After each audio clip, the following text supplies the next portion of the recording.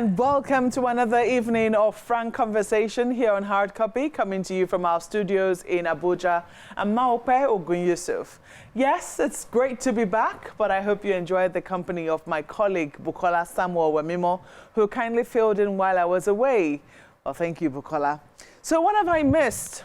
It turns out not a lot, as it would seem that there's been plenty of motion in our polity, but very little movement forward, at least.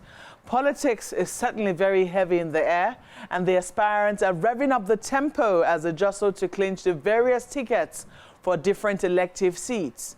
Now, given the sheer number of aspirants who've thrown their hats in the ring for 2023, can we say they're truly aware of the task that lies ahead? We attempt to give a picture of what's at stake for the polity come 2023.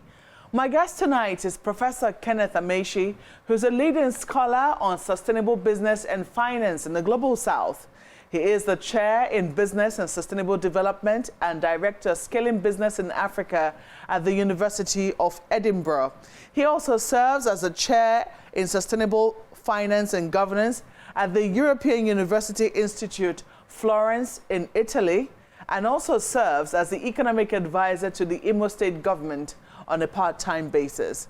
Professor, welcome to Hard Copy. Thank you for having me. Well, it's May 2023, 2022. See, I almost made the mistake. Because that's what politicians will almost have us believe. We could almost imagine that we're in 2023. And we've also seen a deluge of aspirants. Did that come to you as a surprise? Yes and no. Yes, in the sense that if you think of what lies ahead of us, in terms of where Nigeria is and the place of Nigeria in Africa, you would want to think that very few people will be interested in the job. I'm also not surprised in the sense that many people think that the position is the #1 in the country and holds a lot of potential. So, and we are 200 million people or thereabout, as some data will have it. That's the position for president. I mean, if we're to look at just that alone, you'll be surprised at, I mean, how many people have thrown their hats in the ring for the different political parties, particularly the two major political parties. In fact, the ruling political party, set the price of its own nomination forms for president at 100 million, which really, sent people made them ask questions about what the intention was. For a number of them, they said, oh, it's because we're trying to reduce the number of aspirants, but that did nothing to deter the number of people who wanted to really contest. So when you look at it, would you say that we're aware of just what lies ahead, what the problem is? And this is without, prejudice to the other seats that are available, from the House of Reps to Senate to governorship tickets, House of Assembly, etc. I think we are very political, right? And we are political animals, so to speak. And I also sense that people will think that there are a lot of things embedded in Nigerian politics, and if you look at how things are structured, and if you want to be a bit theoretical about it, you might also argue that we've created incentives for people to then decide to be part of the game.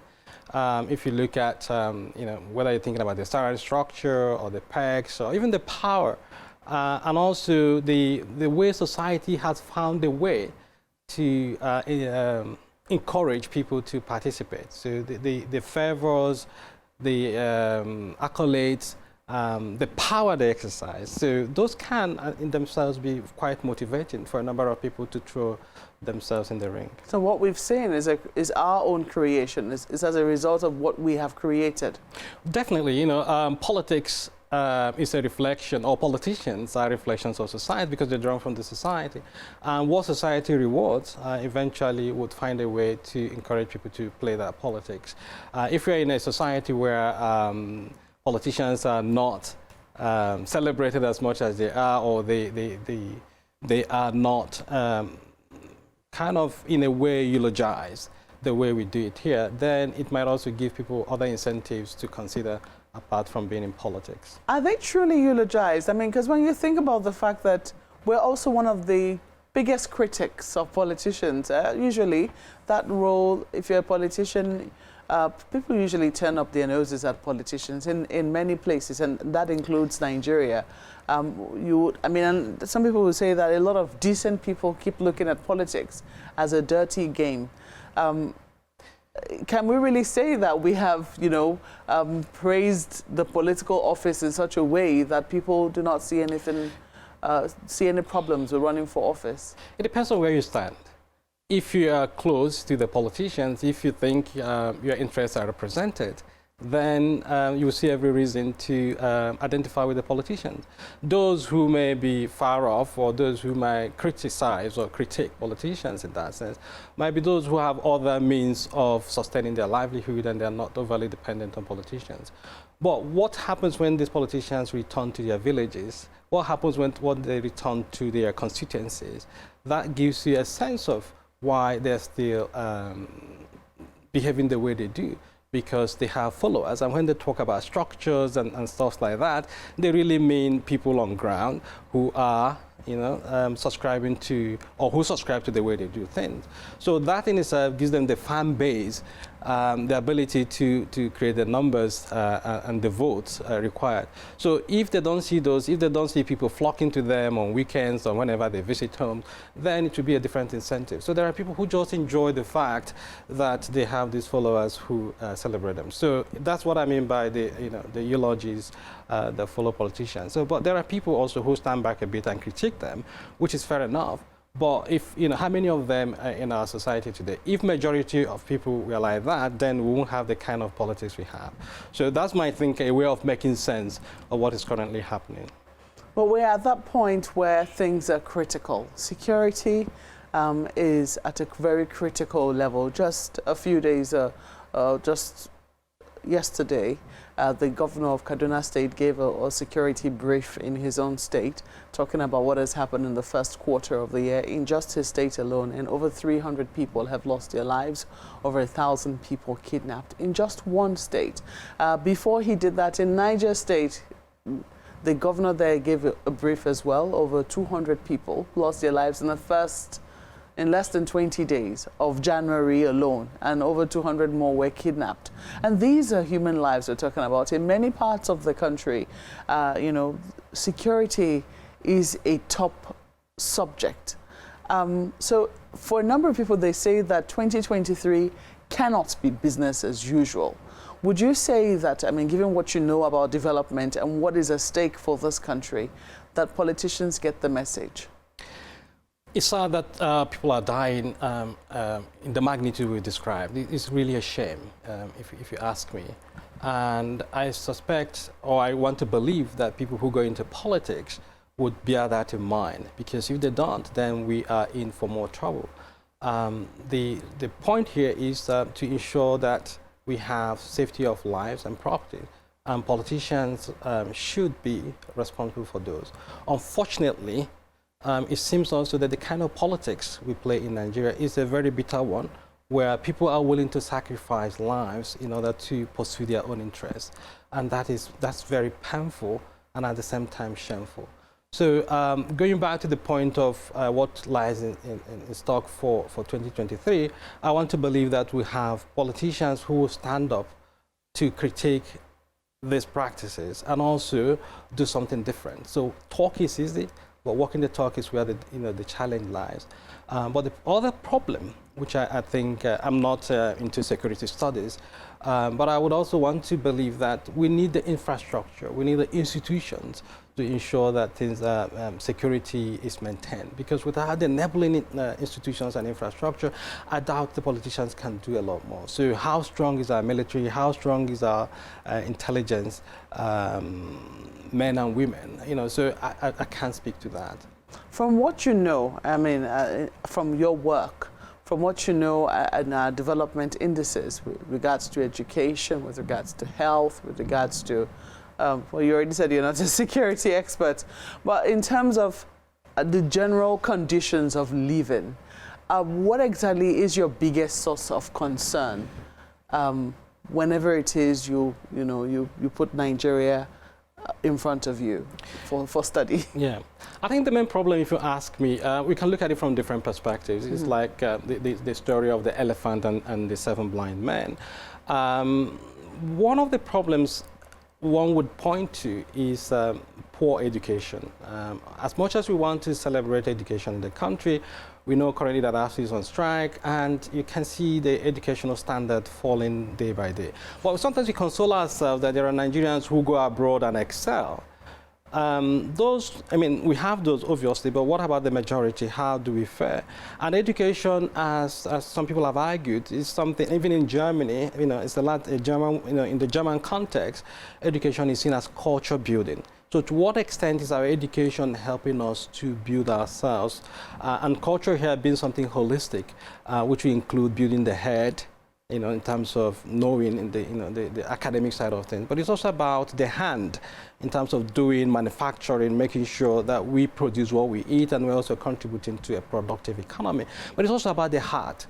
The heart in this case, that we are also emotionally connected and are drawn to others, so that we empathize and create the kind of society that is good for us. So I think education is very important. But the other problem I see over the years, and it's something that has accumulated, not that we didn't know, we knew it, but we decided to play the ostrich, and that's unemployment. Unemployment is a big problem, not only in Nigeria, but also in Africa, where we have a large number of people, especially the youths, coming into the labor market every year without necessarily the jobs there. So I see that as more like a keg of petrol waiting to be ignited. And it could be that part of the security problems we see today might be linked to that idea of the fact that we have high level of unemployed youth, and they're looking for ways to keep busy. And in some parts of the country, kidnapping has also become a business, right? So they're trying to make ends meet, and they are drawn into all these dangerous trades in a way. So the commercialization of kidnapping itself can be a reflection of the dangers of unemployment in the country. So if you were to speak to the populace, the voting populace, and this will not just be those who will vote at the general elections, but even those who will be voting as delegates, because eventually the delegates are the ones who sift the wheat from chaff, or lack of a better phrase to use now, who would ensure that boys are separated from men when candidates are going to be coming out, the delegates select them. What would you be telling them to look out for from what they have heard so far from the many different aspirants? The challenge in our country is that we are very much into money politics. And we have situations where people are willing to sell their vote. It's a shame because, some people call it the stomach infrastructure politics. So what happens is that you sell your vote this period, and then you wait for another 4 years, you bear the consequences. Unfortunately, we operate in a mindset that doesn't allow us to connect our actions to their consequences. So we find creative ways of decoupling them. So that in itself haunts us as we progress. So what I will advise is, as much as possible, think about your conscience. Yes, somebody might be there with a bag of money to buy your vote, but also think of what you are selling today, because you're selling the future of your children, you're selling your own security, you're also selling your livelihood, so to speak. So what you get today, to what extent is it commensurate for what you are losing in the next 4 to 5 years? So if you bear that at the back of your mind, it will help probably focus the mind. But the danger I see here is that we have been very much sucked into this money politics, that our votes, sometimes some people may say, well, our votes don't count. It depends on who is able to pay. So there is the market for politics, the market for votes there, and it's a market because you have buyers and sellers. So if you use that market analogy, it gives a different coloration. So if the demand is not there, there will be no supply. So if you don't have delegates who are willing to sell their vote, then the politicians who have any incentive to buy, because there is no person to buy, literally. So what I will advise them, if they will listen, if they care, is to pay attention to their conscience and think about the future of their children if they don't want to think about any other thing. Because whatever we do today will find a way to bite us, whether through poor policies that will affect education, poor policies that will affect health, poor policies that might even affect our road networks. Because these are all indices that will contribute to human development in the country.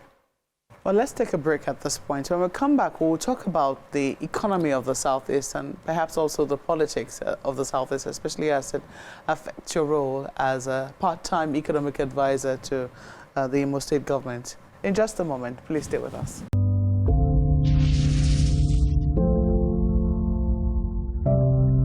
Welcome back. You're watching Hard Copy, coming to you from our studios in Abuja. Our guest tonight is Professor Kenneth Amaeshi, who is a leading scholar on sustainable business and finance in the Global South. He is the chair in business and sustainable development and director scaling business in Africa at the University of Edinburgh. He's also the chair in sustainable finance and governance at the European University Institute in Florence. He also serves on a part-time basis as the economic advisor to the Imo State governor. Let's talk about the Southeast. The Southeast has now a peculiar challenge. It started gradually in terms of agitations to be included into the polity before you knew what was happening. It has now started as agitations for an entire entity, a separate entity. And the method of agitation is such that it is beginning to affect the economy of the Southeast in terms of investors coming in there and also even the investors that are there and the economic activities of the people. The sit-at-homes haven't exactly helped either. From where you sit, when you speak with the governor of the state, who has also had his own personal challenges, what are some of the things, what are some of the pictures you're painting with, particular regard for the Southeast? As someone who is living in Scotland, I'll be very naive to say people are not entitled to question their identity and also how they participate in a country. So my point, there are people who argue that Nigeria is non-negotiable. I don't completely subscribe to that. I believe that there is need for us to have informed discussions. And if a part of Nigeria is agitating to, they must have their reasons, but it has to be followed in a sensible manner. I also believe that we don't necessarily need another war. We can discuss peacefully and dialogue peacefully and get the things we want. And again, that's where the quality of education comes in, because if you have good education, then it will help us to position some of these things in a very logical sense. And if I disagree with you, it's not that I hate you, or it's not that fact that I don't want you to survive or live. So my advice in that sense, what I've continued to champion of late, is more of regional development. And is the thinking I'm bringing to bear to my work in Imo State.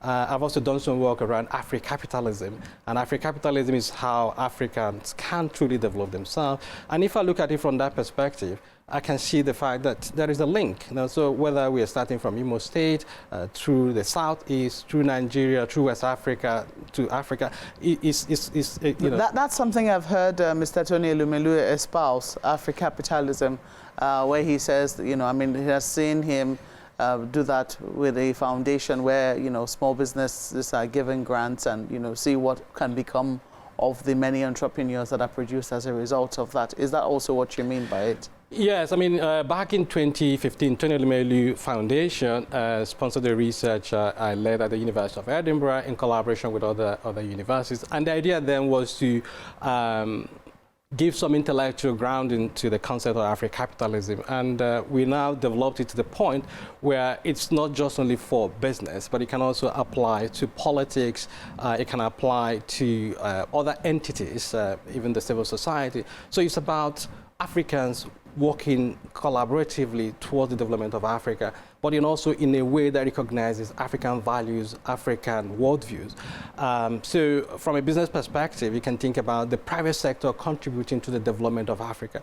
But you can also take that thinking into industrial policy, because government will need to create an enabling environment for that kind of entrepreneur to flourish. What sort of tax incentive can be granted to an entrepreneur who is keen to contribute to Africa's problem? Yeah, but I'm just wondering, I mean, looking at what Imo State in particular, I mean, I've seen in Anambra, you know, they have their own peculiar challenge. Only recently we saw the governor of Anambra visit Nnamdi Kanu in DSS custody in the hope that the manner of agitation will change in the southeast.